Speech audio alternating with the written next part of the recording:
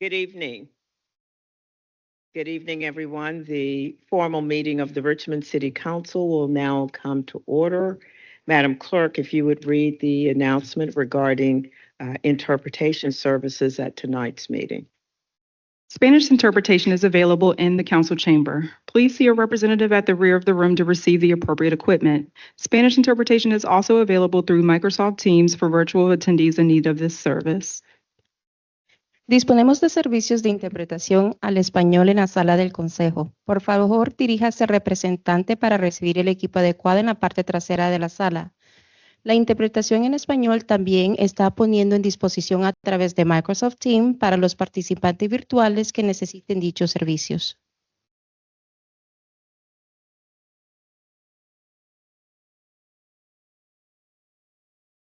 At this time, the invocation will be offered by Reverend Calvin H. Sitnor IV of Grace Covenant Presbyterian Church, which will be followed by the Pledge of Allegiance.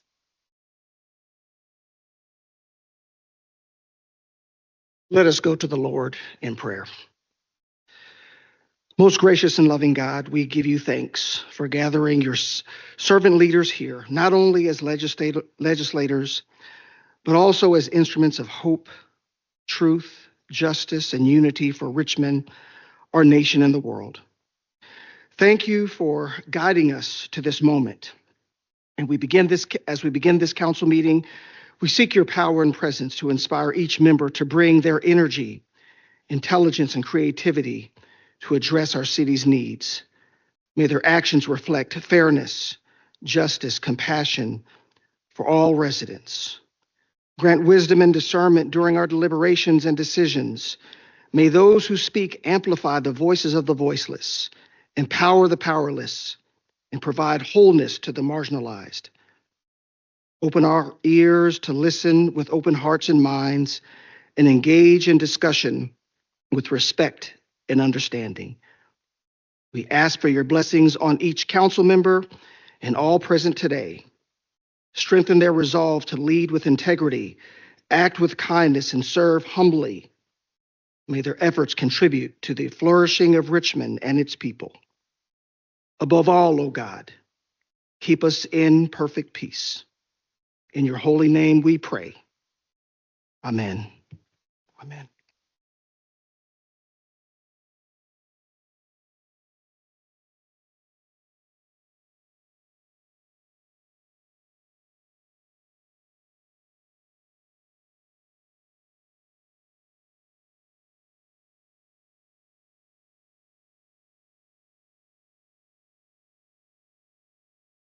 Madam Clerk, if you would please provide the chamber emergency evacuation announcement followed by the speaker guidelines.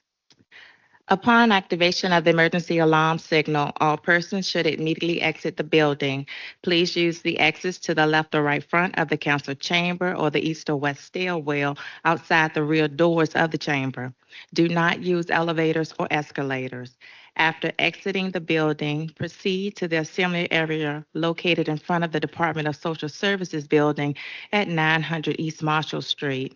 Able persons should assist visually and hearing impaired visitors with exiting the building. Public speaker guidelines. Individuals wishing to speak during public hearings and public comment period are generally allowed 3 minutes to speak. Persons appearing before council are not allowed to campaign for public office, promote private business ventures, use language of a personal nature which insults or demean any persons, including comments directed at public officials or staff members that are not related to their official duties. Address or question staff members directly. All questions are to be directed to the president of council. Failure to adhere to the guidelines may result in speakers forfeiting any remaining time and further disciplinary actions as necessary, which could include barring from attendance at future meetings of city council for a period of 6 months. Thank you, Madam Clerk. Madam Clerk and members, we have 2 requests for electronic participation. The first, pursuant to Rule 3D4B of Council's Rules of Procedure, Councilmember Stephanie Lynch has requested to participate in this formal City Council meeting via Microsoft Teams from Wintergreen Resort in Nelson County, Virginia, as she is there on personal travel.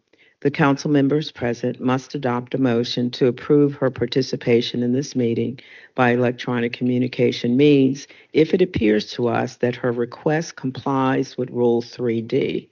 Pursuant to council's rules, I will solicit a motion from the members physically assembled approving Ms. Lynch's participation in this meeting by electronic communication means. So moved. Is there a second? Second. Council is voting on the motion to approve Ms. Lynch's request to participate in this meeting through electronic communication means. Mr. Breton? Aye. Ms. Gibson? Yes. Ms. Jones? Aye. Ms. Robertson? Aye. Ms. Trammell? Aye. Vice President Jordan? Aye. And President Newbill? Aye. That motion has been approved. Thank you, Madam Clerk. The second request, pursuant to Rule 3D 4B of Council's Rules of Procedure, Council Member Sarah Abubaker has requested to participate in this formal City Council meeting via Microsoft Teams from a friend's residence in Breckenridge, Colorado, as she is there on personal travel. The council members present must adopt a motion to approve her participation in this meeting by electronic communication means if it appears to us that her request complies with Rule 3D. Pursuant to council's rules, I will solicit a motion from the members physically assembled approving Ms. Abubaker's participation in this meeting by electronic communication means. So moved. Second. Council is voting on the motion to approve Ms. Abubaker's request to participate in this meeting through electronic communication means. Mr. Breton? Aye. Ms. Gibson? Yes. Ms. Jones? Aye. Ms. Robertson? Ms. Lynch? Ms. Trammell? Aye. Vice President Jordan? Aye. And President Newbill? Aye. That motion has been approved. And Madam President, all members of council are in attendance this evening except for Councilor Lynch. I do not see her join to the meeting yet. If there are individuals standing in the rear of the chamber, they are asked to be seated where seats are available. And applause is only permitted during the awards and presentations portion of council meetings. Thank you. Thank you, Madam Clerk. At this time, it is my pleasure to welcome our mayor, Dr. Danny Avuler, to address council and the citizens of the city of Richmond. Welcome, Mayor. And Madam President, before we start with Dr. Avula, I do want to point out that Ms. Lynch is present on the meeting. Thank you, Madam Clerk. Thank you, Madam President, Vice President Jordan, members of council. Great to be with you all.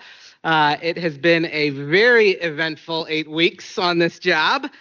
We've had not one, but 3 snowstorms after a 3-year drought from those. And obviously the water crisis, which we're up to our ears in, and the confusion around the federal funding freeze and all the other things that have just been coming at us nonstop.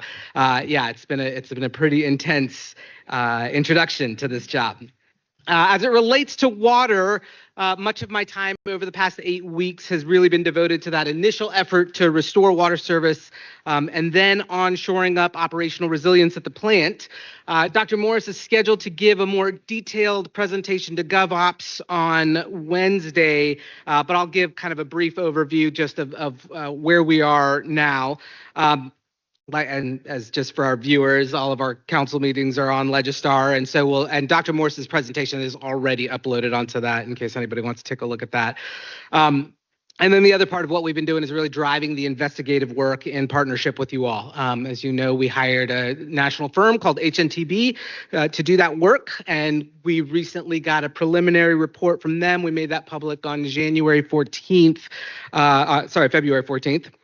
And I know that there were some initial questions about the length and the timing of that preliminary report. And I just want to remind folks that our shared commitment, mine and council's shared commitment, was really to prioritize transparency and accountability around this and to choose an independent firm who didn't have a pre-existing relationship with the city of Richmond to produce that report and do that investigation.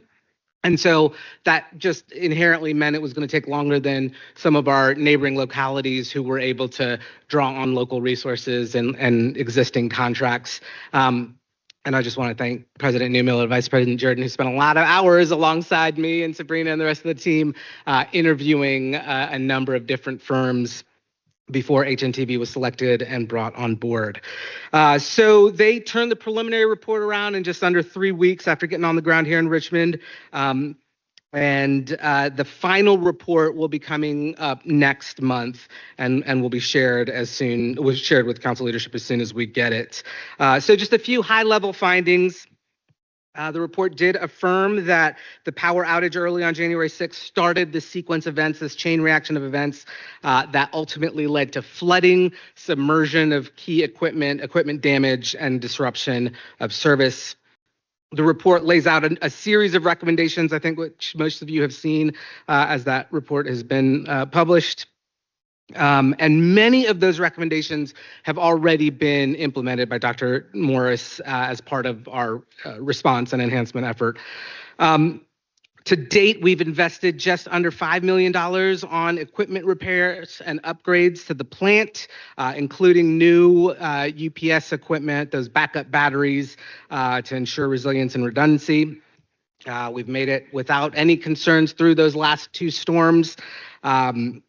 We have made a lot of adjustments to staffing, to training, and making sure that there are clear plans in place for inclement weather and power disruption. One example of the changes implemented, the HNTB report notes that the plant was in winter mode. There are 2 main sources of electricity feeding the plant.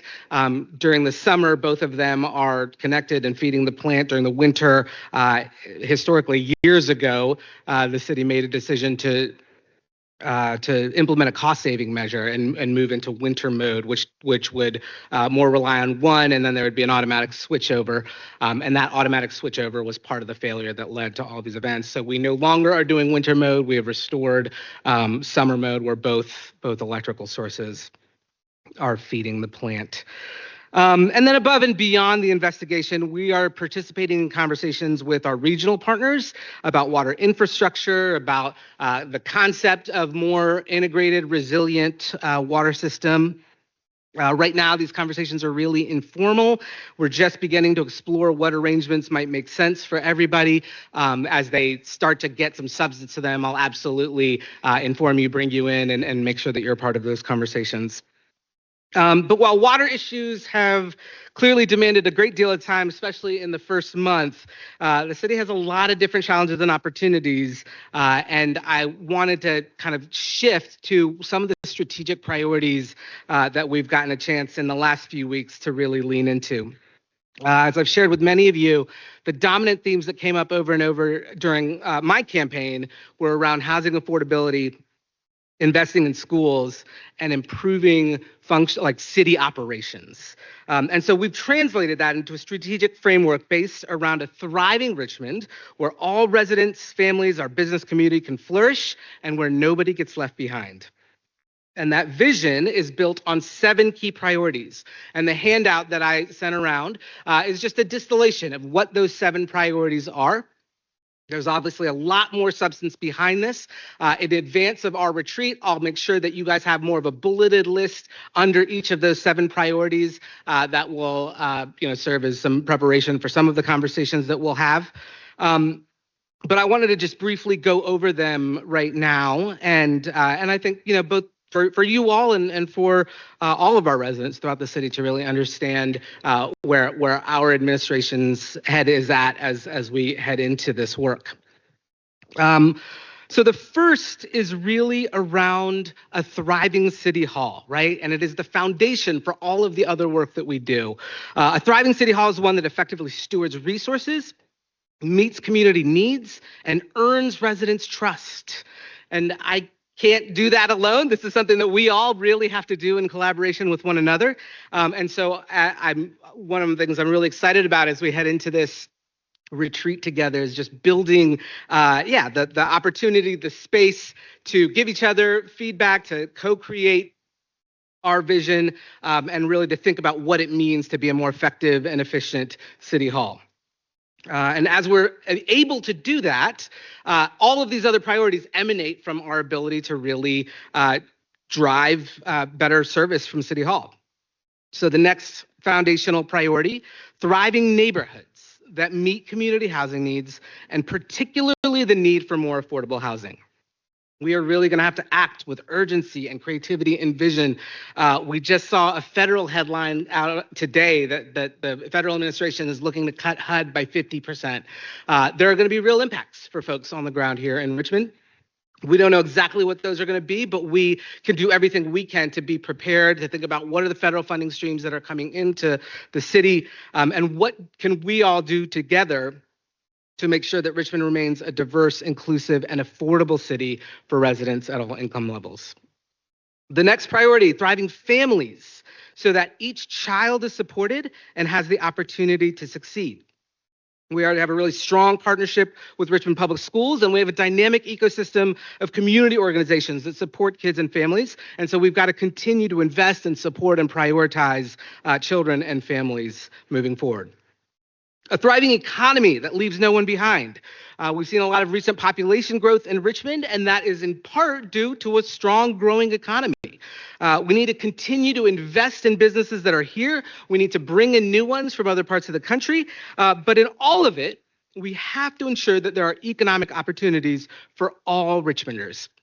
And this is where the work that has been growing for years around the Office of Community Wealth Building, our Social Services Department, and so many other parts of what the city does, we need to coordinate those and invest to make sure that even our most marginalized residents have a pathway to economic success.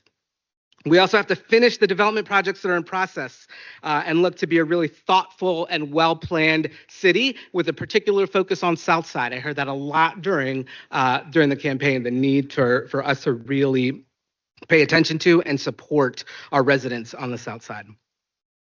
Next, a thriving and inclusive city that respects and protects people's rights. The rapid developments at the federal level have understandably frightened and unnerved many of our neighbors, including people in our immigrant and our refugee communities, our LGBTQ community, among other marginalized groups. And while we can't control the uncertainty that's going on in Washington, I think we here can absolutely recognize and respect the humanity and the value of all Richmonders with an open heart, with a welcoming hand, with appreciation for the unique gifts and contributions that every member of our community can offer. Next, the thriving and sustainably built environment that is planned for future generations.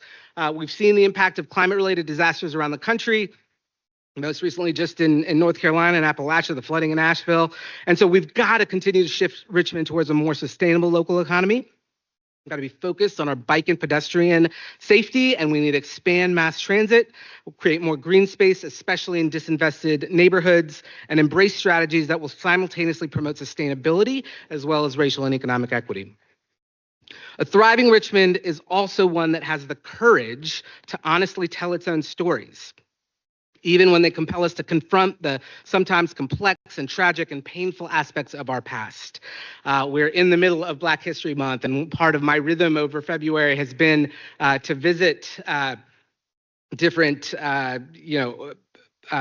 museums and I'm blanking on the word, just different ways of telling our history here in Richmond. And it's been amazing. I just think about the work that our Parks and Rec department have done with the Portals project. And it's just a really creative way to change downtown space, to tell the story of unique Richmond stories that, we have an incredible, not just Black history, but full comprehensive history here in Richmond. And so the opportunity to engage in those, to reflect on those, that's part of how we get to healing. We got to tell these stories of our past, and we need to make sure that those stories are lifted up and part of our path forward. There's a lot of really great work happening around our city to honestly tell those stories, and that'll be a big part of how I see our collective healing moving forward. This is all going to be really challenging given the state of our budget. And I've talked to most of you. We have some upcoming meetings coming up over the next couple of weeks to just give an introduction of where we are at in this budget process. I'll come back on March 27th and present a budget, but we're in a really different place than we have been in recent years.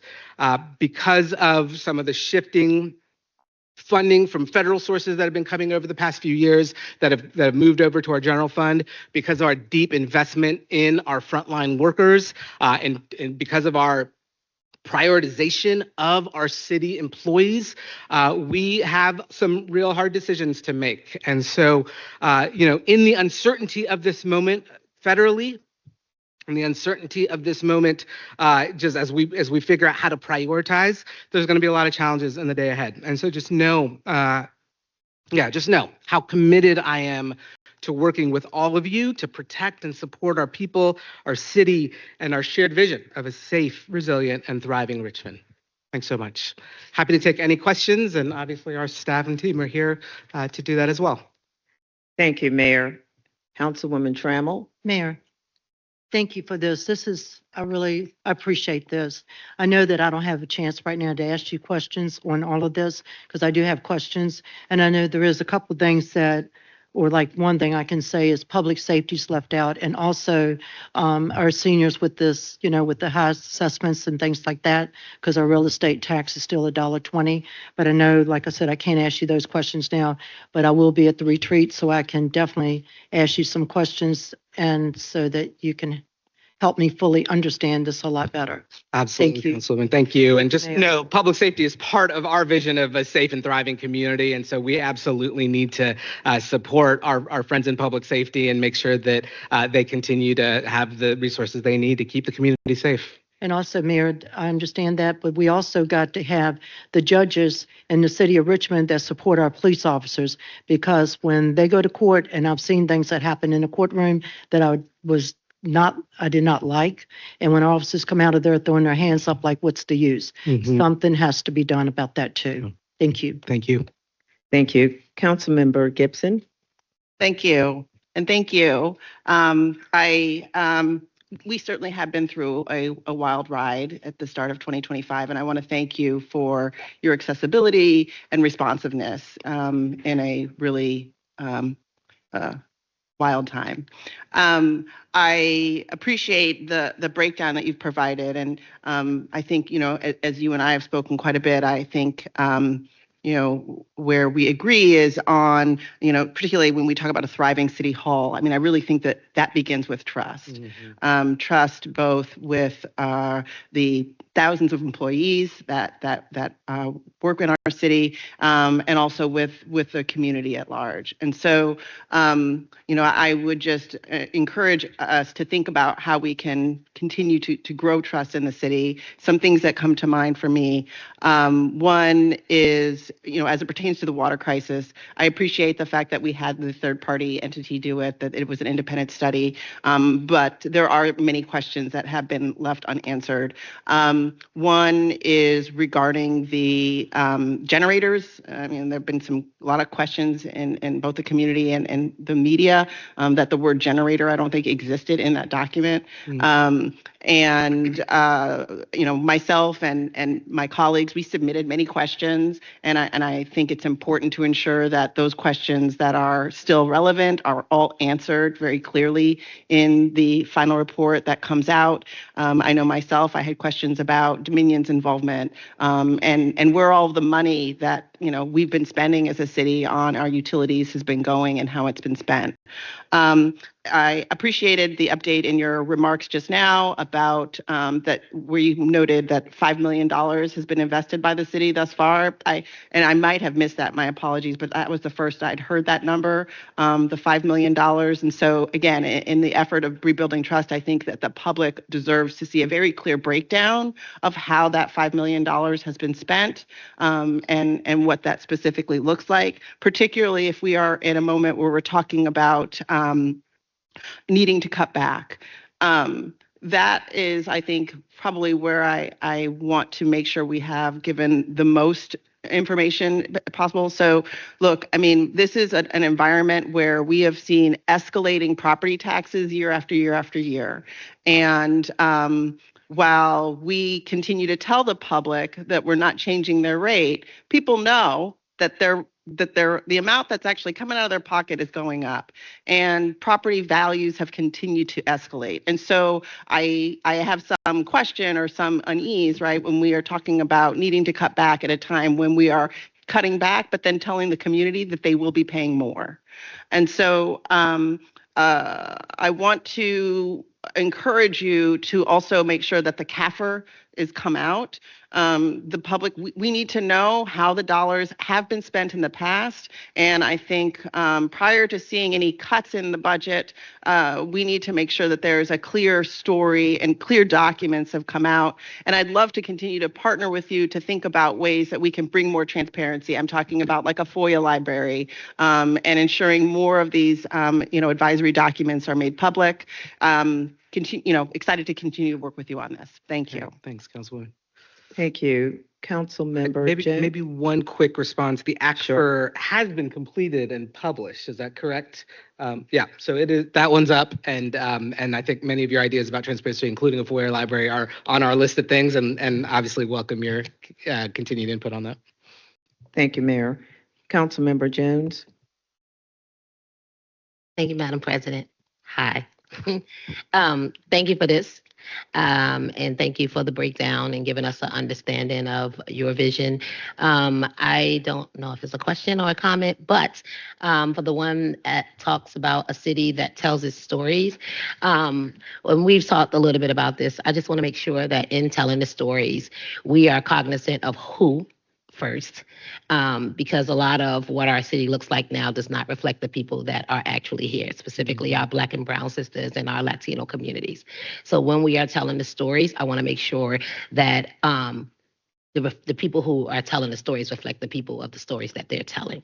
So I think this is a great framework to begin to start having those robust conversations, because it does require, and we say again, courageous conversations. But again, I also want to make sure that we are taking stock of what our city looks like now and how it reflects the city as a whole, not just specific parts of the city. So I guess that was a comment, but thank you. Yeah, and Councilman Jones, my heart of this. I'll give one example of where I think we really lean into some focus here. The work of the Shaco Institute and the Shaco Project is a great example of how we are lifting up Richmond's story, telling it in a way that is more accessible for all of our population, and in a way because what the history of this city is instrumental to everything that's happened in this entire country. And so really, Councilwoman Newbill has been a huge proponent and driver of this work, along with Delegate Dolores McQuinn and a handful of other folks. So that's one example, but I think,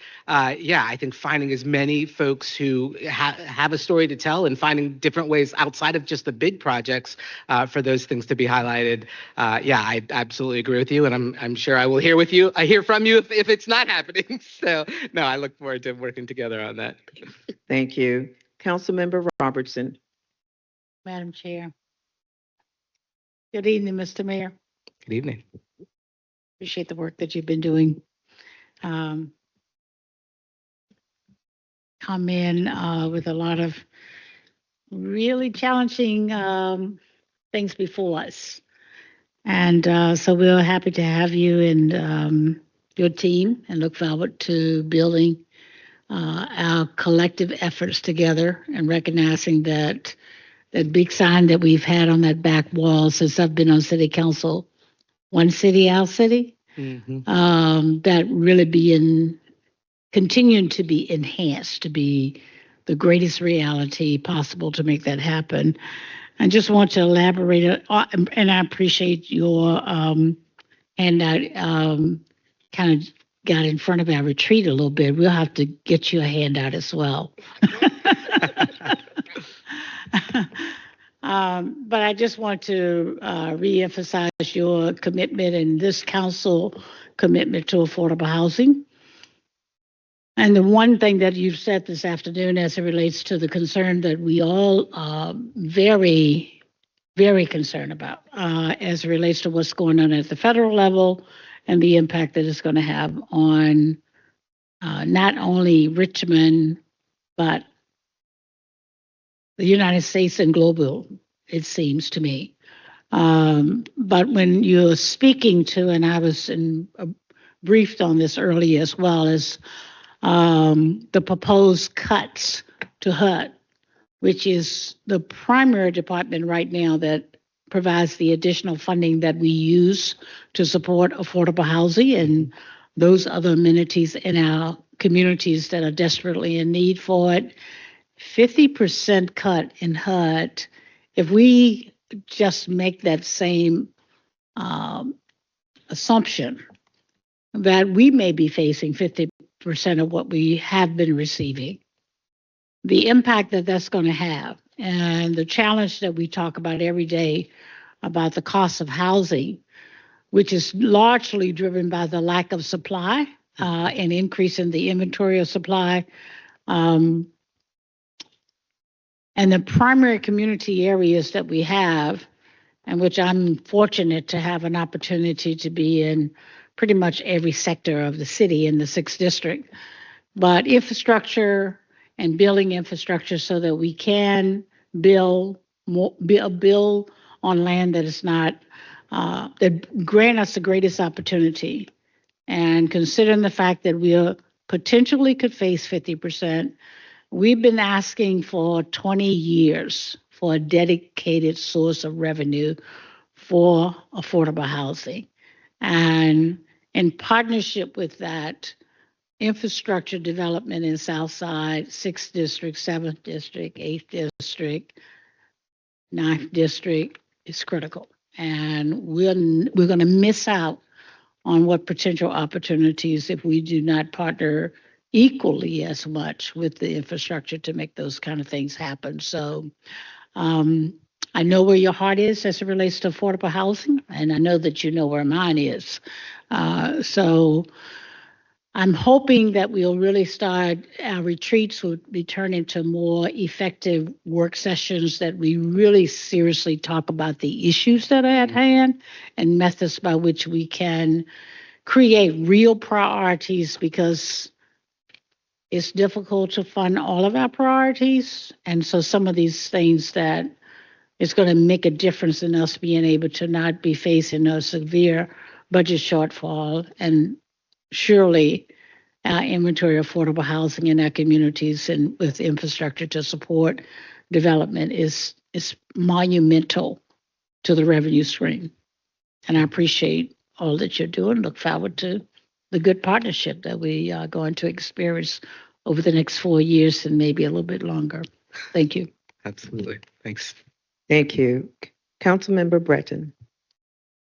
With all this talk of, budget challenges and tough decisions and, all of these desires for all the ways we want the city to thrive, I also want to encourage us to be making a plan for opportunities for economic development, to make sure that, the types of coordinated investments that it's going to take to actually make sure that we're not always having a conversation about budget shortfalls, but actually thinking about our plan for providing all those amenities, providing all those benefits, creating a lot of affordable housing. So just want to make sure that we don't all just think about difficult decisions. Let's also, make the plans to make those decisions a little less difficult. Well said, Councilman Breton. I mean, a good teaser for, I think, a chunk of the conversation we need to have in our retreat is we cannot do all the things we want to do and serve all the needs we want to serve without a real focus on economic development. And so I think that's got to be part of the supporting, the undergirding of all of the meeting our mission work that we've got to do as a city.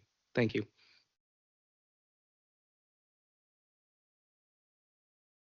Mayor, I first want to say that was quite an onboarding for you and your administration.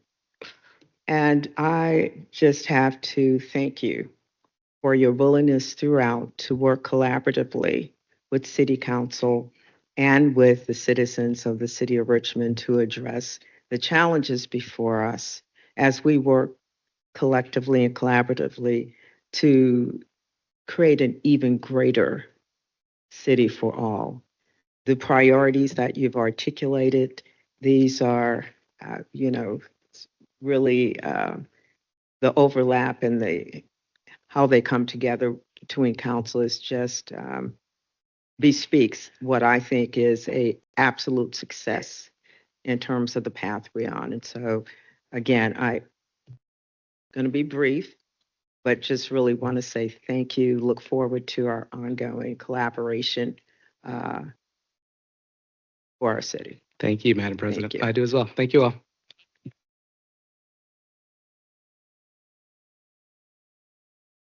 Madam Clerk, let's proceed with the appointments for consideration this evening. Members, for consideration this evening, you were provided a report of the board appointment recommendations continued from the February 10th council meeting. Is there a motion to approve the appointment recommendations as presented? So moved. Thank you. Council is voting on the motion to approve the appointment recommendations as stated. Mr. Breton? Dr. Newbill? I'm sorry, excuse me.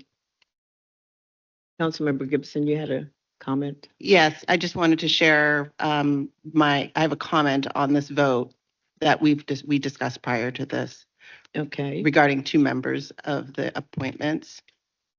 So, Right, there are two members. yes, so I am voting no, and I just wanted to put on the record why I'd be voting no. The reason for my vote regarding the RRHA appointment, my office reached out to the member, and they were not able to provide a commitment to one-to-one replacement. And so this is a commitment that I've made in my campaign that I believe that we need to have a one-to-one replacement. And I'm not talking about vouchers, especially in this day and age when rents are fluctuating wildly. So because of that, I'm voting no. But then also regarding the appointee for the Economic Development Commission, the recommended person is an employee of Dominion, which is an energy monopoly, and I believe has an outsized interest, outsized influence in the city. And the question asked on the application, if the person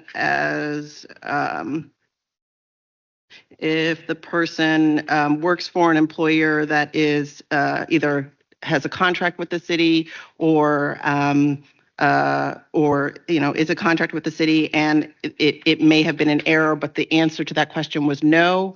And I think given the fact that the city relies, obviously, on Dominion for its own energy services, Dominion has a clear connection with the water and such. I just feel uncomfortable, given the level of influence, to vote in support of that particular nomination. So I did want to make it clear to the public why I was voting no on this matter. Thank you, Member Gibson. Madam Clerk, if you would proceed. Mr. Breton? Aye. Ms. Gibson? No. Ms. Jones? Aye. Ms. Robertson? Aye. Ms. Lynch? Abstain. Ms. Trammell? Aye. Ms. Abubakar? Abstain. Vice President Jordan? Aye. And President Newbill? Madam Clerk, and I want to say that the concerns that were raised were vetted with our city attorney in terms of possible conflict of interest relative to EDA. We're satisfied with the feedback that there would be the standard abstention. In addition, with the Housing Authority getting confirmation of their commitment to residents and as codified and verified by tenants' Bill of Rights, that there is a commitment, not just in the past, but ongoing to residents that include the one-for-one replacement. And so just wanted to provide that additional information. And Madam President, for the record, those appointments were approved. Thank you. Thank you, members. At this point, let's proceed with the public comment period speakers. The first speaker is Eugenia Reese.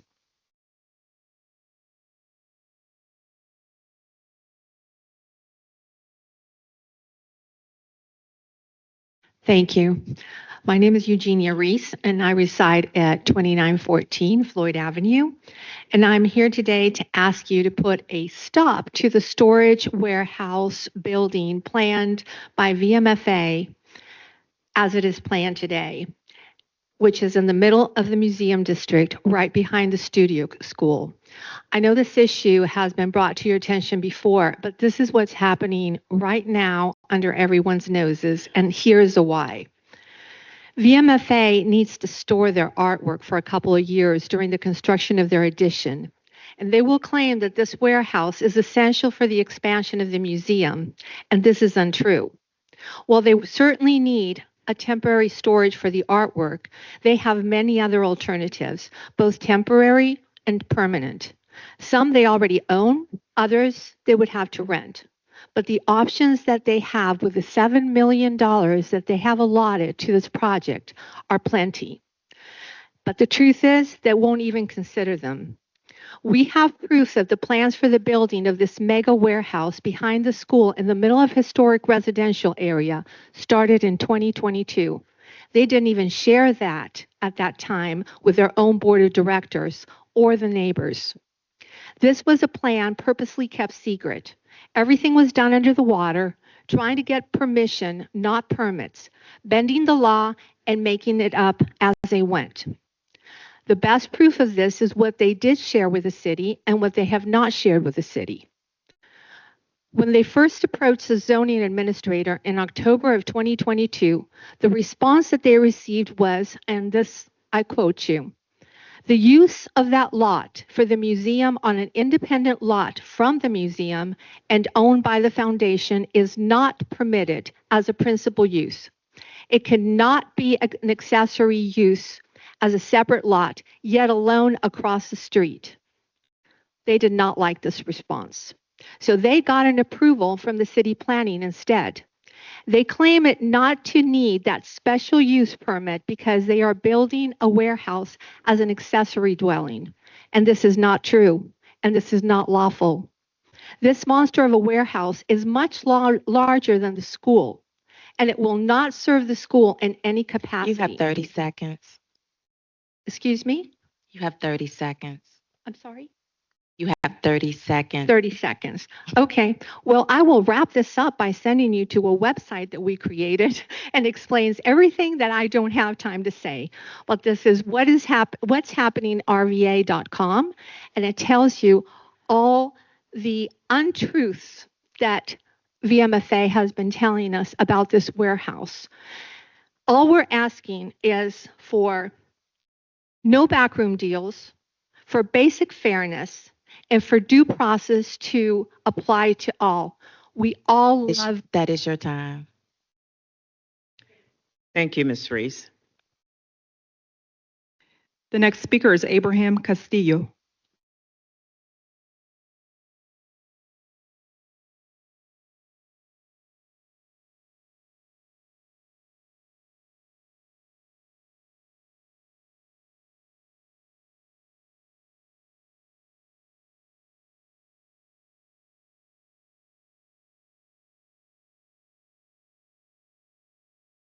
Good evening, Richmond City Council members and staff. My name is Abraham. I go by Josue Castillo.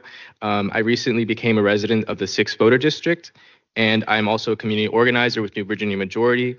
I spoke last November about the need to protect immigrants and tenants in the city, and I'm here to continue that conversation. I work with tenants in the 9th and 8th District, who are some of the communities with the highest eviction rates in the entire city. In Southwood and Brookside, I'm approached by countless tenants who come to me because they're scared, because they're at the point of losing their home, they're at the point of losing their communities. They are working families who are living paycheck to paycheck. They work tirelessly to keep up with the abusive rent increases each year, and this leaves them with no safety net if they lose work or if they're struggling with health issues because of the mold, because of the pests in their apartment. These families are in need of immediate assistance. I point them to city services, but the reality is I have no clue if they'll be able to get help. It's very unlikely that one of my tenants will actually receive funding, and many of them are denied simply because there are no funds available. The city announced a water recovery fund on January 31st, and within 3 short days, the fund was paused after receiving 2,200 applications. The city's current financial assistance programs are not visible enough for people to find them. They're not accessible enough for our undocumented neighbors. We need programs that help people without barriers. With the recent federal funding pauses and threats to housing programs and financial assistance, our working families are going to need protection. I want to thank each and every one of you on City Council who has been meeting with our team already to discuss ways to help tenants in the city. We are asking the city to demand, we're asking to invest $9 million into the Family Crisis Fund to provide immediate relief to families who are struggling with their housing costs. We understand that this isn't a long-term solution. We hope to continue this conversation into the next General Assembly so that we as a city can advocate for tools we need to implement long-term solutions, such as HB 2175 anti-rent gouging bill, which would allow localities to prevent bad faith landlords from pricing out families in the city. The cities of Alexandria, Charlottesville, and Roanoke, and the county of Loudoun have already signed on to support of anti-rent gouging, and they've sent their own elected officials to advocate and support. And I have information right here if you're interested. Before I go, I want to say that while we work for a long-term solution, families are being displaced right now. Children are losing their homes and their communities right now. Tomorrow, we have 142 eviction hearings just tomorrow morning. If we can find $2 million to expand an animal shelter last year, then we can expand funding to keep our community members housed. That is your time. Thank you, Mr. Castillo. The next speaker is Melvin Jones.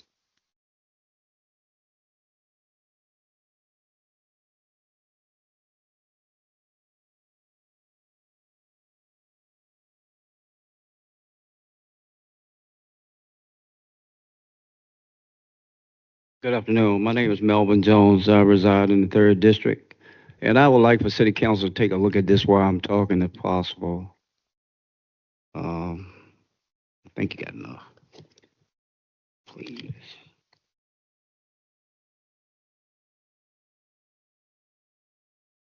A while ago, I gave one of these magazines to our new mayor, Mayor Abula, and I want you to turn to the second page, Mayor Abula. And this is Miss Maggie Walker. And the statue is at Adams and Broad. A lot of people ask me, why did I get involved with Maggie Walker? I got involved with Maggie Walker back in 1998, 20-year project. And I was there when the statue was installed in 2017. And ever since then, I've had people to come up to me from all over the country. I even was sitting up there on the statue one day, and these people were from Vermont, and they asked me if I could tell them the story about Maggie Walker. So that's why I come down here before City Council each and every time that I can and discuss Maggie Walker, because I want 2 of these brochures put in each library in the city of Richmond. I'm willing to take them to the school. I've had my arm operated on completely taken away from the side of my body, and I've got a cushion in it, so bear with me. And I do appreciate the time the City Council give me down here to do this for Maggie Walker. I'm not doing it just for myself. I'm doing it for the city of Richmond. This means a lot to the city of Richmond. Anytime you go up Broad Street and the people turn to the right and they see a statue of Maggie Walker and people standing around it or playing dominoes or playing checkers, they're not destroying it. They're having a good time. So that's what this is all about. This tells you the story about Maggie Walker when she started the St. Luke's Bank, the Consolidated Bank, and why I want it in every school, because I want kids to start saving money. This is the time that we need to start saving money on our own now. Times are getting hard, and this booklet would tell you a lot of what this lady did as far as saving money. And this is what this is all about, everybody. I want everybody to hear this. This is about saving money. Taking away from, you might want to buy a dozen of eggs. Dozens of eggs now, $14 sometimes in some stores. You have A 30 loaf of seconds. bread. So I want each kid to have this. And also, how many minutes do I have? A couple of seconds? Yeah, and I also have a big problem at my home. I've got water damage that took my living room floor in, and I'm not living in my house. And I would like for the city Department of Utilities to help me out if possible, because I don't have the funding, and I have reported it to my insurance company, but they won't take care of the water pipe. They'll take care of structure damage. And also they had somebody, they had That's an your engineer to time. come down from Washington, D.C.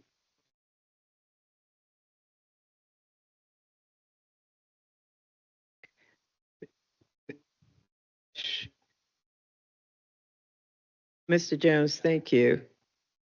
Thank you for your commitment and your work relative to the Maggie Walker statue. And certainly,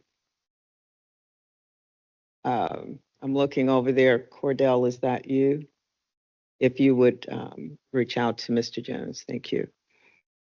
Madam Clerk, next speaker. The next speaker is Christopher Rashad Green.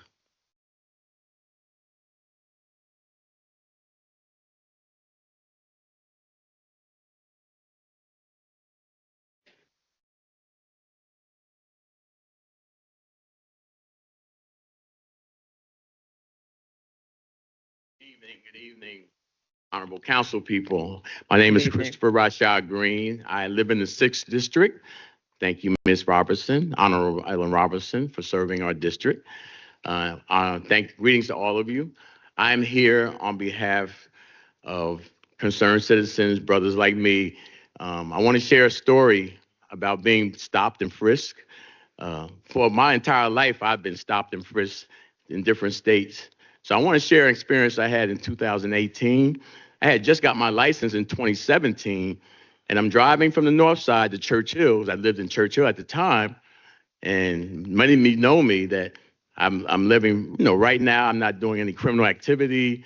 I'm just going home from work, and I got pulled over. And many of you already know that, the anxiety and the stress of being stopped as a black man. And, first thing that comes to my mind is, am I going to die? I mean, literally, it's like, do I have to pull out my phone and record? Or am I going to jail for something I haven't done, which that had happened also. So they pulled me over on North Side on Post Street, yanked me out the car, throw me on the hood, handcuffed me. I hadn't been handcuffed since 2010. And I'm asking, why am I getting stopped? We're looking for guns. I was like, what's the probable cause? No answer. So they rummaged. I gave them permission to check the car. They rummaged through it, tear it up a little bit. On their way, it's like having a good night. No excuse, no explanation for it, just that they were looking for guns in that neighborhood, which is Post Street, and there's really not much on Poe right now. And I share that to say, it's like, this is a problem. It's always been a problem for me and growing up. But now I see it like as a registered voter and tax-paying citizen, I'm seeing from a different light now. And so I want to be here tonight to represent and share my story, but I also want to share why I'm here. And I'm asking you to take a public stance on this issue and work toward policies that reduce racial disparities in traffic enforcement. I ask you to encourage RPD to provide more consistent data on traffic stops, to collaborate with the Office of the Commonwealth Attorney, to decriminalize certain misdemeanor offenses, and end predictive policing practices that disproportionately impact Black residents, such as stop. You have 30 seconds. I've always been interested in whether they're training our recruits. Maybe that should be a conversation. Maybe the police academy officials should be in part of this conversation, because that's where they get all their training from. So if this is a constant problem, maybe that's something we should look at. But I hope that you will look at this issue. Yeah, I just want to share that. I don't want to talk too much, but thank you for your time. And I hope we can move forward with this and address this issue. Thank you. Thank you, Mr. Green. The next speaker is Christine Peterson.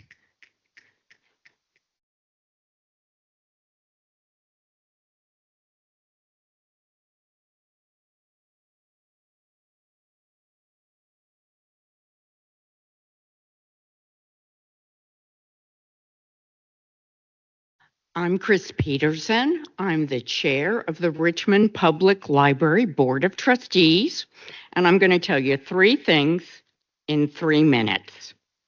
First, I want to thank all of you who've come to visit the libraries in your district and see what we are doing. We loved having you.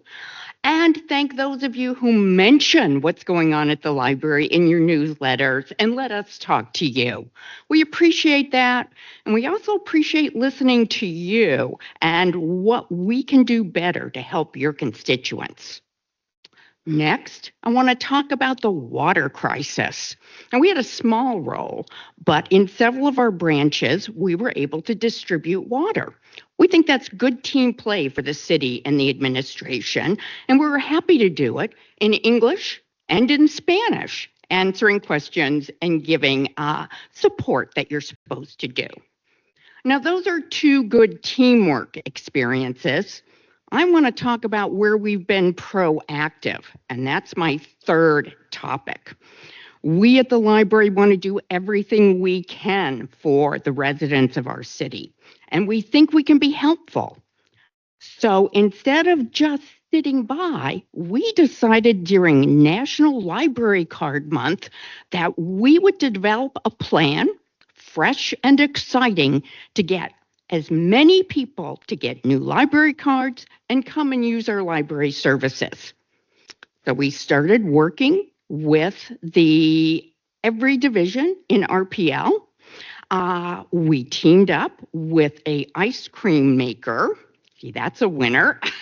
Gelati Celesti, which created our own ice cream for us and donated scoops of ice cream to all of the new library card holders. Every branch, all 9 of them throughout the city, became very enthusiastically involved in reaching out to the community. We did, as a total, 45 events, not including pop-ups that we had, and worked with RPS to get elementary school children to sign up for cards. What were the results of National Library Week effort? You have 30 seconds. They were spectacular. We did 128% more library card signups than we'd ever done before. That totaled just under 1,300. And the advantage to the system as a whole, all our numbers are getting better, of course. But we saw this year, we had 1 million checkouts, another record, increased program attendance, and bigger door. That is your time. Thank you so much, Ms. Peterson. Greatly appreciate your service and commitment to our community. Thank you. Madam Clerk? The last speaker is Jason Haas.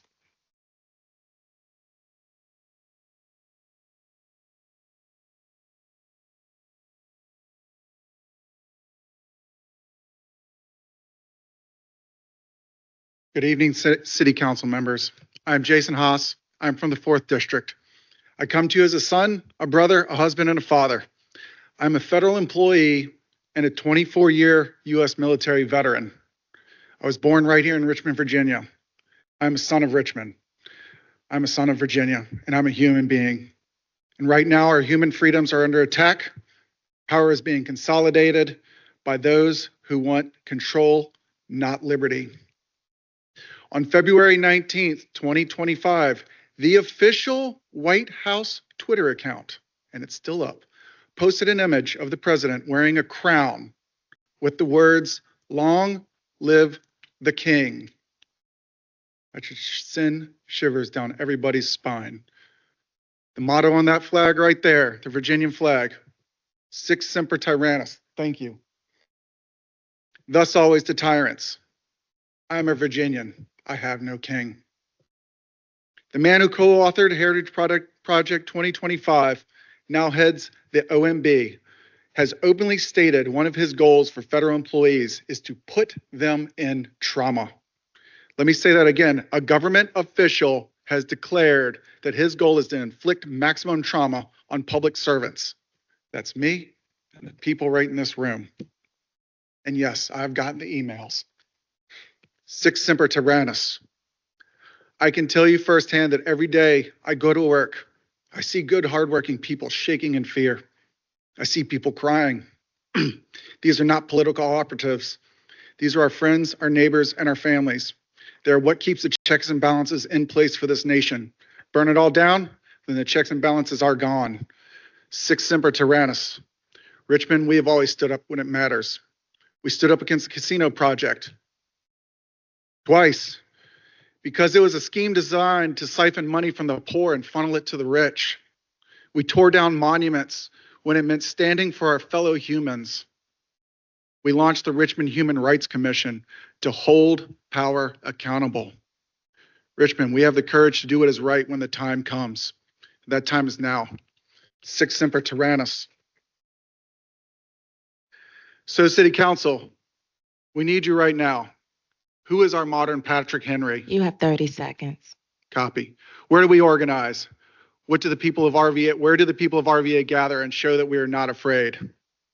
And finally, who has courage to push back against the governor, to make him understand that we will support him if he can support the Virginia motto, Sic semper tyrannis. Thank you. We have no king.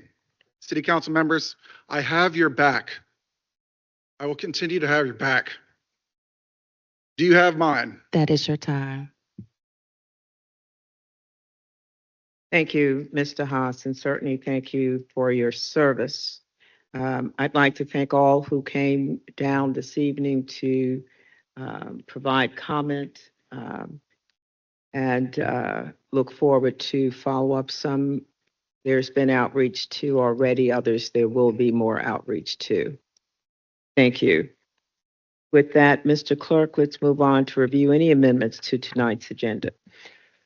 Madam President, the amendments to tonight's agenda are as follows. Item 1, Ordinance 2024-312 will be continued to the Monday, April 14th Council meeting. Item 2, Ordinance 2024-329 will be continued to the Monday, April 28th Council meeting. Item 6, Ordinance 2025-025 will be continued to the Monday, March 10th Council meeting. Items 7 through 14, Ordinance 2025-026, 027, 028, 029, 030, 031, 032, and 033 will be continued to the Monday, March 24th Council meeting. Item 15, Resolution 2024-R040 will be continued to the Monday, March 10th Council meeting. And lastly, Item 16, Ordinance 2024-187 will be continued to the Monday, April 28th Council meeting. Madam President, those are all the amendments to tonight's agenda. Thank you, Mr. Clerk. Does any member of council have any additional amendments to tonight's agenda?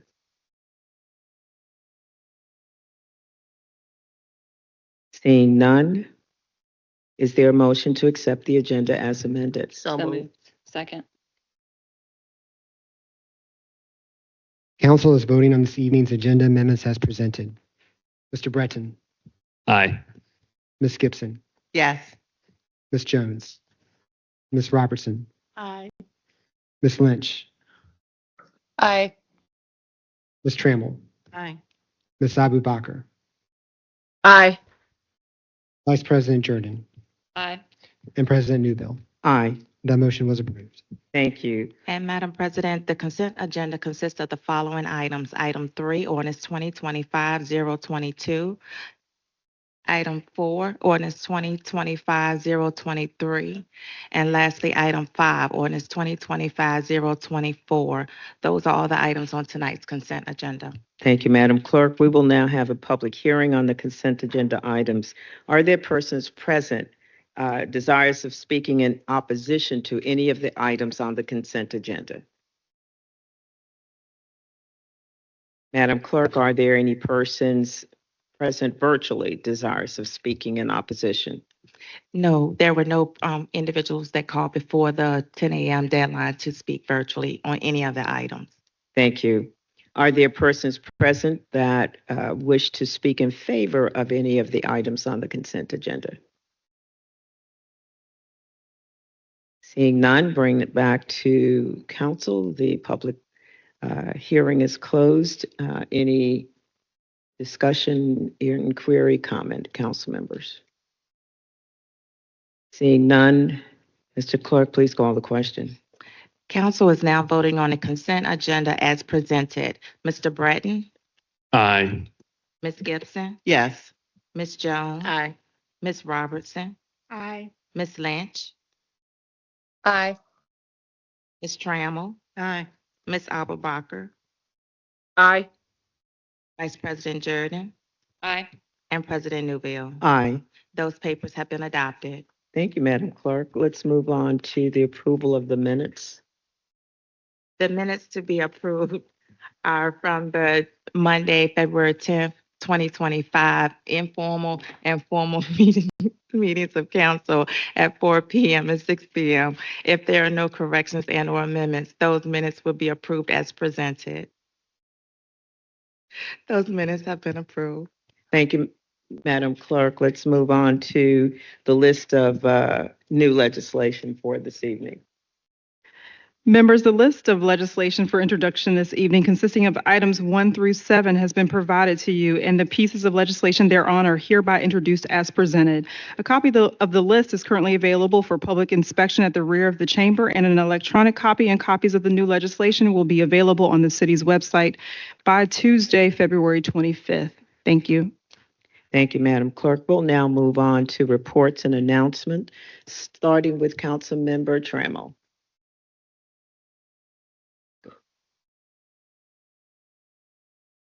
Give me 1 second.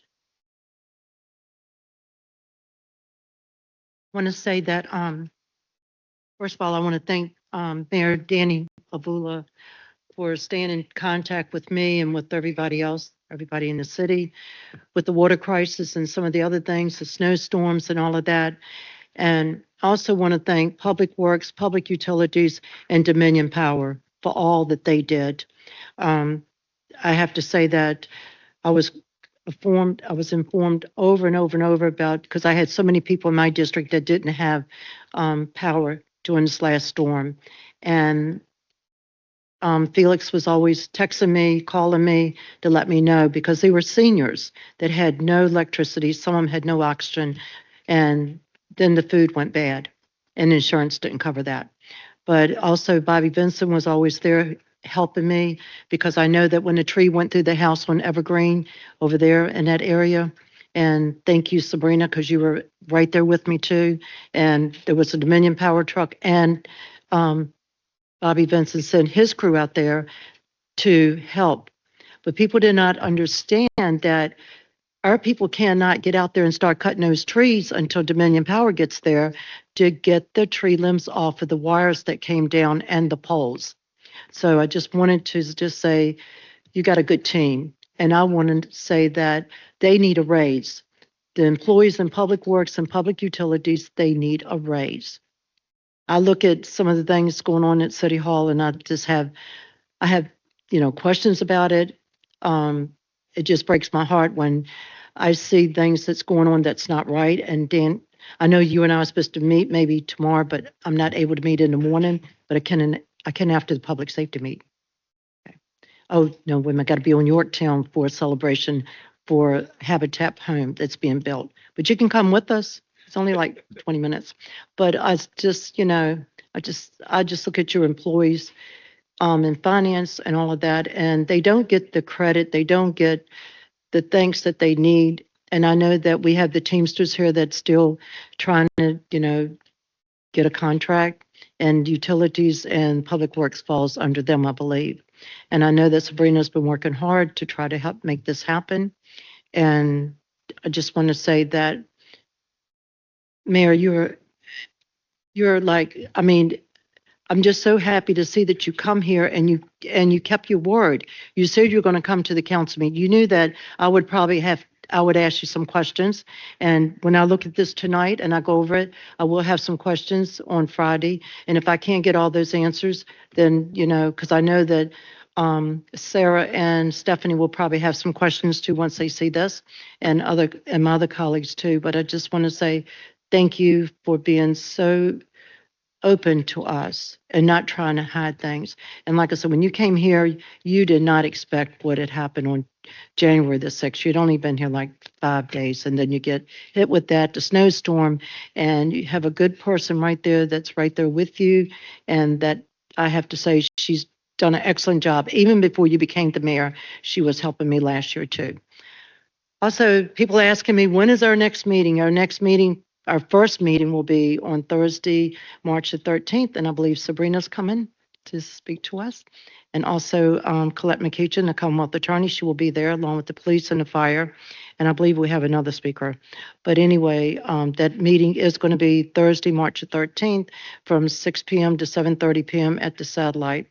And you can, if you need to call me to ask me some questions, you can always call my home at 804-233-7382, or you can call my personal cell at 804-240-5050. That's 804-240-5050.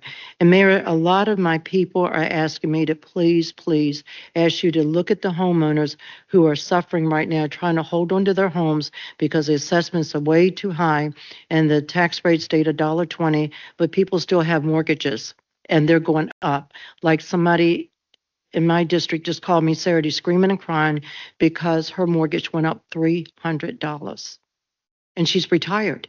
And like she said, I don't get how am I going to pay that? And the utilities just went up. BEPCO, everything. And like she said, how am I going to, I'm single parent, and I'm by myself. How am I going to make this? And I told her I would definitely talk to you about it. Maybe we can look at the tax rate again this year. Maybe we can go after the ones that have not paid for years and years and years. I have that list. And get the money that's owed to us, and then we can maybe give our seniors a break. Also, I want to say that our fire station 21 is on the roll. It's coming. It's coming. So we want our firefighters to hurry and come back home. We miss them. Even though they're at Station 22, we want them back on Richmond Highway, Station 21. Also, I want to say that after all these years of being on council for 24 years, I have never, ever, ever seen the development that I have going on in my 8th district. We have 6 different developers building right now. And one, Rick was bringing him into City Hall this afternoon, and there it is right there on Afton Avenue. He's waited over 2.5 years, finally got the permits to build those townhouses right there by the old Jeans supermarket. And as I keep telling people over and over, you're not going to have a grocery store. You're not going to have other things that we need until you have rooftops. Every meeting that we've had, and you've heard it too, Mayor, people are saying we need rooftops. We need more and more. Well, people are asking about the traffic and things like that. Well, I know that Sabrina's told me that we are looking at Walmsley Boulevard, where there's been another accident this past weekend. And I know that we need sidewalks for those children that are leaving, and the moms that are leaving Woodland Crossing, walking up there to Little Caesar or to CVS to get the medicine and to get something to eat, and the 7-Eleven. We have sidewalks on one part, but not the other part. And 3 times now, I've almost seen a mother and a child get hit on Walmsley because they're walking out in the street and those cars are going 60 to 70 miles an hour. And our police officers are doing a hell of a good job right now. They just don't have enough officers to do traffic stops because the chief has, 65 officers that he doesn't have. Also, there's going to be another retirement coming because the officers will be getting out of the drop program. So what happens then? When our population is growing, when I got on council, it was 193,000, I think in 1998. Here it is, 2005. We're up to 232,000 plus the ones that we have not even counted. But thank you, Mayor. This right here is your free smoke alarm. It's free. It's probably the only thing free in the city. But if you want to, you can go to the nearest fire station. Those firefighters will come to your home. They will put the smoke alarm up for you for free. And they won't leave it for you. They will put it up for free. And they save your life. So make sure you have one. Thank you. And I'm sorry I went over my time, but I had something to say. Thank you. Thank you, Councilmember Trammell. Councilmember Robertson. Here, I'll try not to abuse my time, but I may have something to say as well. Anyway, we're having a town meeting this Tuesday, tomorrow, and it will be at the Annie Marie Giles Center, which is located at 1400 Oliver Hill Way. The meeting will start at 5:30 and we hope to conclude at 7:30. We're grateful, Mr. Mayor, that you will be able to join us. Looking forward to that. We will also have representatives from our Department of Housing and Community Development. We have a representative from the Southside Community Development Corporation that is our administrator of our eviction initiative for the city. And we also have Michael Sparks, who is the principal at Underground Kitchen, also using the facilities at the Annie-Jowell Resource Center. We're going to be focusing on the severity of the cost of food and the lack of food and the lack of availability to food in the city. And we're going to be focused on the tremendous burden that we'll continue to face as it relates to affordable housing. But we're going to be speaking specifically to the crisis of eviction and the continual growth of the number of persons that are subject to be evicted because of the cost, just the cost of housing. People are not being evicted because they aren't paying their rent. They're being evicted because there isn't affordable housing that is available at their income levels to be able to live in housing. So, and we are having a pattern of, increased the commercial market building a lot more and taking off housing that was once available. So those are the two big issues that we're going to be talking about tomorrow.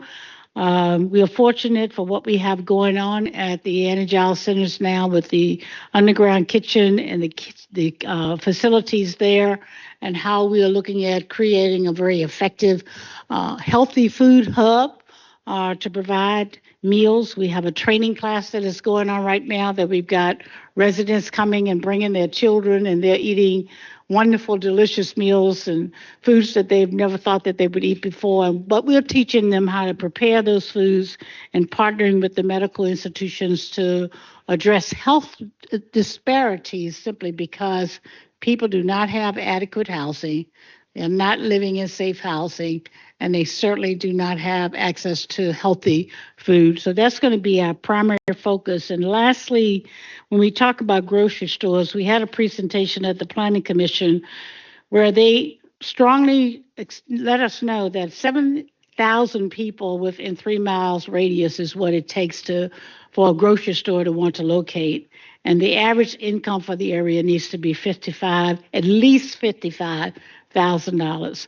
Of all the neighborhoods in the city of Richmond, we only have 3 neighborhoods that meet the income threshold, not the population. So we have some really big challenges before us, and we're hoping to give people a better picture, but also some hope tomorrow. So we look forward to seeing you at 5:30 at the Annie-Jowell Center on Oliver Hill Way. Thank you. Thank you, Councilmember Robertson. Councilmember Jones. Thank you, Madam President. The 9th District Town Hall was canceled due to the snow. And so we are looking forward to everyone reconvening on March 20th at 5:30. And our meeting will include, I guess you on a tour, Mayor. Our meeting will also include Mayor Avula. It'll be a Q&A, and so this is an opportunity for 9th District residents to really get up close and personal. We've asked folks to submit questions, so if you have questions, please submit them to our email, and we will be sure to do what we can to make sure that they all are answered. Your voice matters, and we want to continue to activate the 9th District together. Wednesday, February 26th from 3 p.m. to 4:15 p.m., the Office of Community Wealth Building is hosting their Budget for Life session. We just heard the gentleman speaking about Maggie Walker and banking and saving, and this is a critical time to really focus on budgeting and financial stability, security, and all things. But this session will be in person and or virtual. And so you can either reach out to the Office of Community Wealth Building at 646-7000 or head over to their website to get any information that you need. There's also going to be a Code Refresh open house sessions throughout the week beginning February 26th at Huguenot Community Center from 4 to 7 p.m. And these sessions offer you an opportunity to share your thoughts on zoning throughout the city. We hosted one in January at our town hall. It was very impactful, a lot of information. So I do encourage folks, if you haven't had an opportunity to attend any of the zoning refresh sessions, please make your way to do so, because it is very interesting. And as always, we always like to mention what's happening at the Broad Rock Library. On varying Mondays throughout the next few months. Vita's doing tax preparation. So if you don't have a tax preparer, this is a great place to go. It's offered from 10 to 6 p.m. Learning English every Wednesday. There's an English conversation practice for adults at 4 p.m. And then a show and tell book club for adults will be held on the second Monday of the month, beginning on March 10th, and will serve as a time to discover new books and make friends.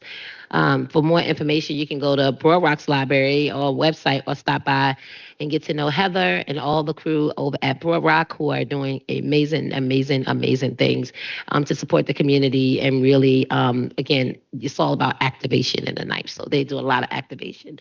You can reach me at nicole.jones@rva.gov, or my lovely liaison, Miss Taya West, at taya.west. That is taya.west@rva.gov. Thank you. Thank you, Councilmember Jones. Councilmember Gibson? Thank you, Madam President. Our district had our inaugural district meeting. We did hold that virtually, but we had great attendance and good discussion. Our next meeting will be held on March 19th at 6 p.m. Hopefully this will be in person at John Marshall High School as planned. There are a good number of Civic Association meetings coming up in the district. The next Battery Park Civic Association meeting, I believe, will be March 11th at 6:30 at the Stonehouse. On Tuesday, March 18th at 6 p.m., the Washington Park Civic Association meeting will be held at Pine Camp. And on Tuesday, March 18th at 7 p.m., the Rosedale Civic Association meeting will be held at St. Albans Church, which is at 4006 Hermitage Road. And March 25th at 6 p.m., the Edge Hill Chamberlain Court Civic Association meeting will be at Seven Hills Schools. I want to let folks know that the temporary solution is in the works for the Hermitage and Lambertum intersection. This is good news. You can find a rendering on my Facebook page, and DPW is hoping to have it done. The initial plan was to have it done by March 12th, but I believe that there is some delay because of last week's inclement weather, so it should be in place by mid to late March. I want to remind folks about the upcoming meetings regarding the code refresh. So folks that are interested in planning decisions in the city, this is of critical importance. There is a meeting on February 26th, so that's Thursday, 4 to 7 at Huguenot Center. One on the 27th. I'm sorry, that's Wednesday. So this one's Thursday, the 27th, from 9 a.m. to noon at City Hall. And in the evening from 4 to 7 at the main public library in the Bay Street Auditorium. And then on the 11th, there is a panel discussion on housing and the zoning refresh. I don't believe that the location for that has been announced yet. I wanted to let folks know, too, that this Wednesday at our GovOps meeting, if there is an interest in public comment regarding the water crisis, the interim director, Scott Morris, will be presenting on the preliminary findings from the HNTB investigation. So be sure to watch or attend. That meeting is at 1 p.m. Thank you. Thank you, Councilmember Gibson. Councilman Breton. I would like to announce that our first district forum will be this Thursday, February 27th at Mary Mumford Elementary at 6 o'clock, which is a change from the original location. It will have me, it will have school board rep Matt Percival, it will have the one and only Danny Avula as well on his world tour. Yeah, and I want to remind people to register for my newsletter, which is at the end of all of my emails. And also to remind people that RVA 311 is the best, quickest way to report city service requests. You don't have to wait on hold. They have a callback feature, and you won't lose your place in line. You can reach my office at 804-646-5935. And please always remember to copy my liaison, Whitney Brown, at rva.com with all of your questions. Thank you, Councilmember Breton. Councilwoman Lynch.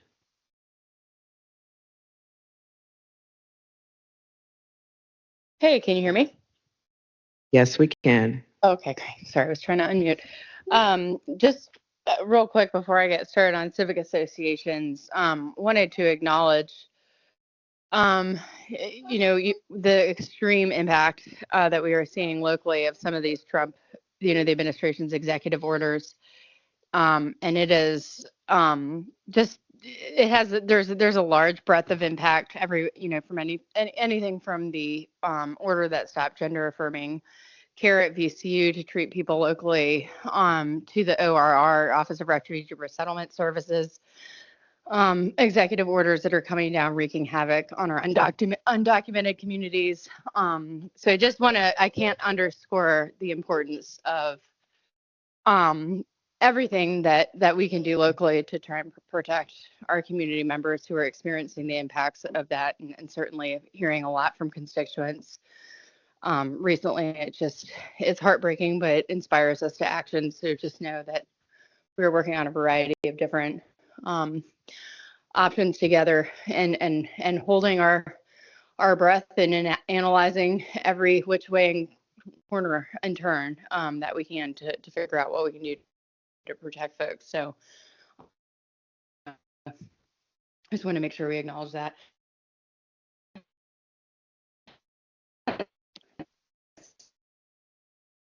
Thank you, Councilwoman Lynch.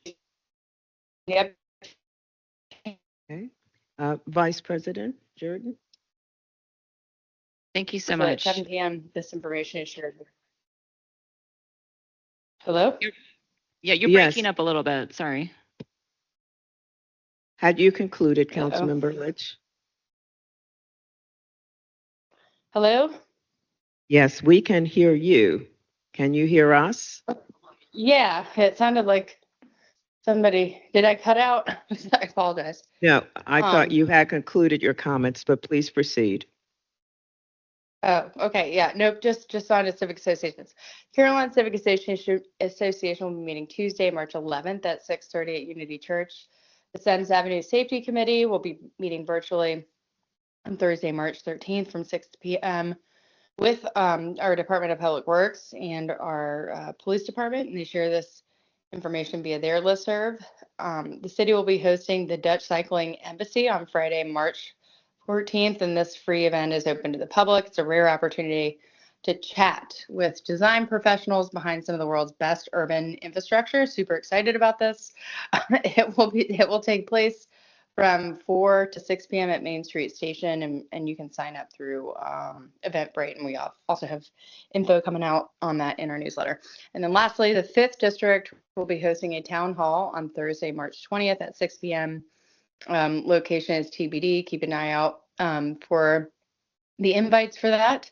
And as always, you can reach my office by calling 804-646-5724 or emailing stephanie.lynch or amy.robbins@rva.com. Thank you. Thank you, Councilmember Lynch. Vice President Jordan. Thank you so much. We had our February district meeting virtually, which ended up being a good thing because of the snow. I just want to thank our special guest, Chief Edwards, board member Katie Ricard from the school board, Director White from in her finance department, and Director Vonk. We also had Kathy Bircher with the city's lobbying team. If you weren't able to make that online meeting, we do have recordings on our YouTube channel for you to watch it at any time.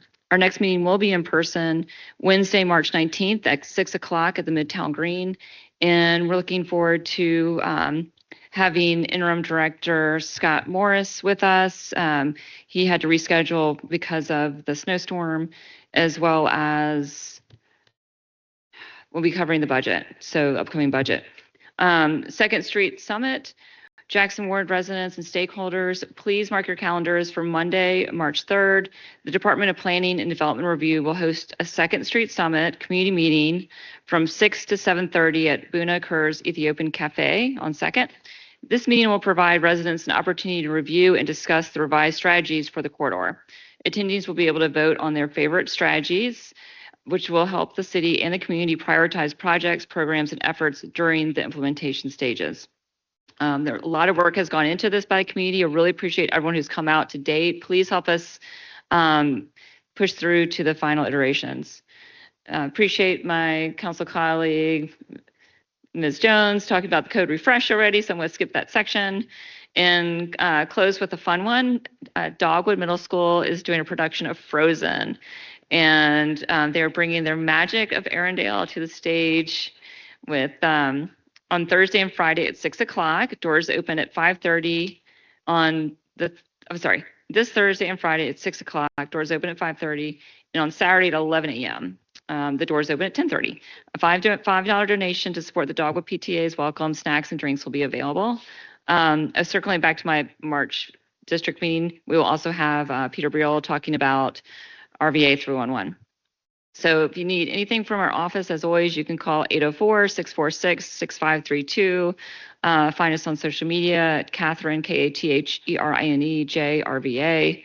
Email us at catherine.jordan@rva.gov. And please always CC liaison Sven Philipsen at rva.gov as well. That's SVEN.PHILIPSEN. Thank you so much. Thank you, Vice President Jordan. I'm Councilmember Auerbacher. Yes, thank you, President Newbell. Just a few quick updates. One, the Willow Oak Civic Association annual meeting is this Wednesday, February 26th from 5:30 to 7:30 p.m. at the Willow Oaks Country Club. So I'm looking forward to this yearly opportunity to gather with our Willow Oaks neighbors. Also, another wonderful community opportunity. Please sign up for the annual Run for the Hills 5K put on by Forest Hill Neighborhood Association. The race is on Saturday, March 15th at 9 a.m. The Forest Hill Park Stonehouse. RSVP by March 7th to secure your awesome t-shirt. And I can tell you it's very cool this year. March 3rd is Read Across America Week, and I'm very grateful to VEA for all their programming efforts, and I'm looking forward to reading to the children at Southampton Elementary. Lastly, I wanted to acknowledge that I know some of our constituents have been having issues with getting personal property tax bills that are actually in error when they've already paid their personal property tax bills. And if you're getting that, please reach out to my office. We will make sure to facilitate that with the Department of Finance and get you all straightened out. As always, if you're not subscribed to my newsletter, please reach out to our office. You can call us at 646-5646, or you can text my cell at 804-418-5963. Thank you. Thank you. Vice President Jordan. Thank you. I'm so sorry. I had one correction. Director Briel is coming to our GovOps meeting on Wednesday at 1 o'clock, not to our district meeting.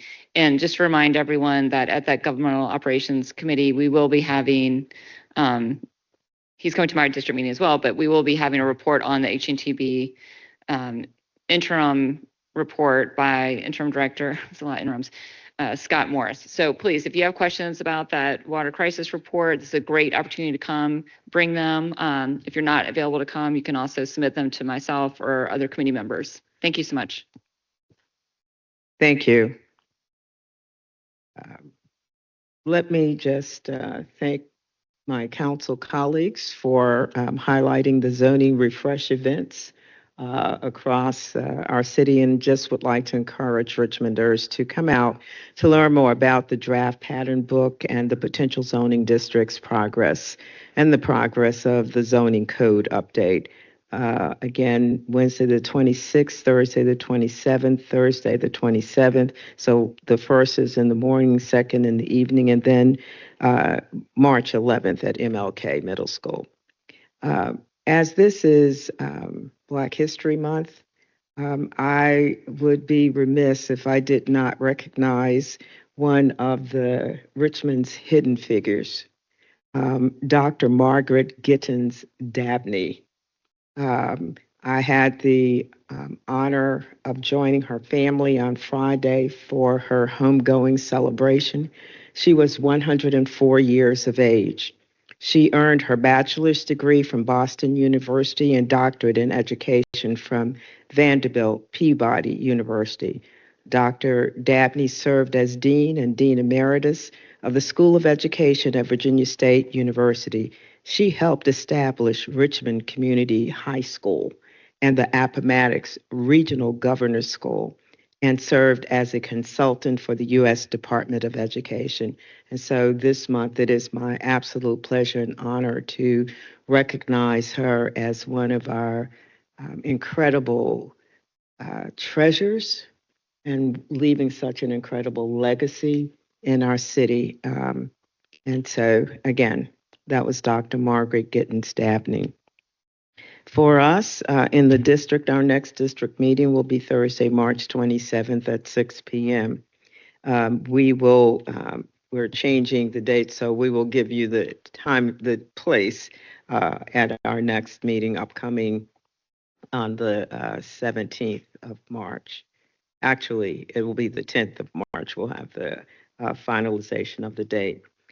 You can reach my office for information and/or just general contact on some of the announcements this evening.